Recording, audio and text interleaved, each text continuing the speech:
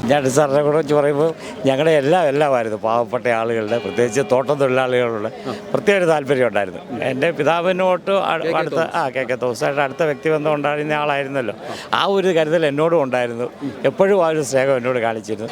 എന്ത് ചെറിയ കാര്യങ്ങളിലാണേലും അദ്ദേഹം ഇടപെട്ട് നമ്മളുടെ പാവപ്പെട്ട ആളുകളുടെ കാര്യങ്ങൾ പരിഹരിച്ച് തരുന്നതായിട്ട് പ്രത്യേക ഒരു ഉത്സാഹം. സിറിയക് തോമസിൻ്റെ പേര് പറഞ്ഞാൽ അന്നേരം തന്നെ അദ്ദേഹം അത് ചെയ്തു കൊടുക്കുന്നൊരു കുഞ്ഞുനാളിലെ മുതൽ അറിയാം, കുടുംബപരമായിട്ട് അറിയാം. അതെ. പക്ഷേ ഏറ്റവും സവിശേഷത തോന്നിയ ഒരു ഉമ്മൻചാണ്ടി സാർ ഒരു മഹത്വം അദ്ദേഹത്തിന് ഏറ്റവും വലുത് അദ്ദേഹത്തിൻ്റെ ഒരു കരുതലാണ്.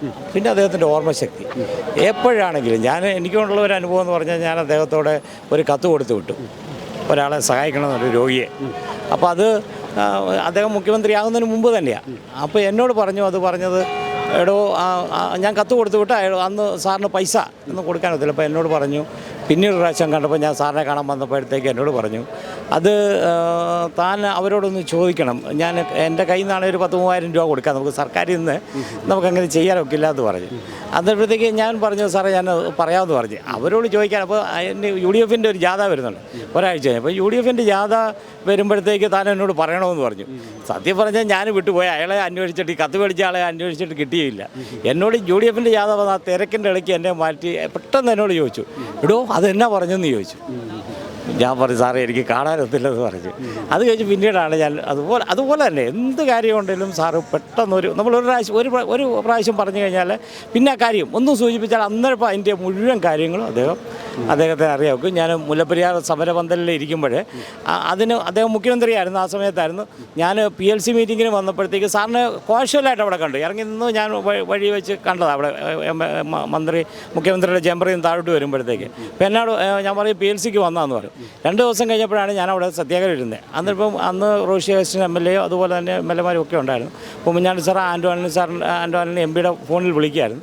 വിളിച്ചപ്പോഴത്തേക്ക് അദ്ദേഹം ചോദിച്ചു, സിറിയക്ക് ഉണ്ടെന്ന് പറഞ്ഞു. അപ്പോൾ എൻ്റെ എടോ നമ്മൾ കണ്ടതിന് ശേഷം താൻ വന്നിരുന്നാണോ എന്ന് ചോദിച്ചു. വെച്ചാൽ അത്ര കാഷ്വലായിട്ട് കണ്ടപ്പോൾ അതുപോലെ ഓർത്തിരിക്കുന്ന ഒരു ഓർമ്മശക്തി. അത് അദ്ദേഹത്തിന് മറ്റുള്ള കഴിവിനേക്കാളും എന്നെ ഏറ്റവും ആകർഷിച്ച ഒന്നാണ്. പേര് വിളിച്ചറിയാവുന്നതാണ്. അത് വലിയൊരു സന്തോഷമുള്ള അദ്ദേഹത്തിൻ്റെ കാര്യങ്ങൾ ഓർത്തിരിക്കുമ്പോൾ എപ്പോഴും നമുക്ക് സന്തോഷവും സ്നേഹവും ഒരു കരുതലും. എന്നോട് അദ്ദേഹം എൻ്റെ പിതാവിനോടുള്ള സ്നേഹം എവിടെ വെച്ചു എന്നോട് പ്രകടിപ്പിച്ചിരുന്നു. പീരുമേടിൽ എത്ര പേരെ പേരിയല്ലേ അറിയാം? എനിക്ക് പേരിയല്ലേ അറിയാവുന്ന ഒരു 50% വരെയൊക്കെ ഇപ്പം ആയി. ഒരു 45 വർഷം ആയിട്ട് തന്നെ ബന്ധമുള്ള ഒരാളാണ്.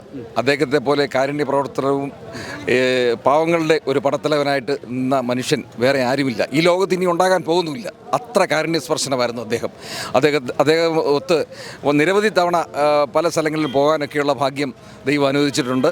ആ ആത്മാവിന് നിത്യശാന്തി കൊടുക്കട്ടെ എന്ന് പ്രാർത്ഥിക്കുന്നു. വലിയൊരു അടുപ്പമുണ്ടായിരുന്നു. തീർച്ചയായിട്ടും നല്ല ബന്ധമാണ്. അതെ, ഉമ്മൻചാണ്ടി സാറുമായിട്ട് നല്ല ബന്ധമാണ്.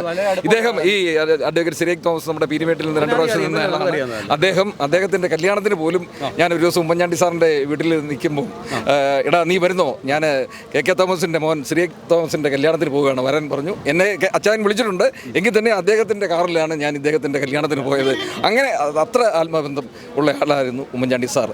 അദ്ദേഹത്തിൻ്റെ എന്നും ഓർക്കും. ഞങ്ങൾ ഇന്നലെയും 35-ൽ ഒരു പരിപാടി നടത്തി. അദ്ദേഹത്തിന് നിത്യശാന്തി നേരുന്നു, പ്രാർത്ഥിക്കുന്നു. അതെ.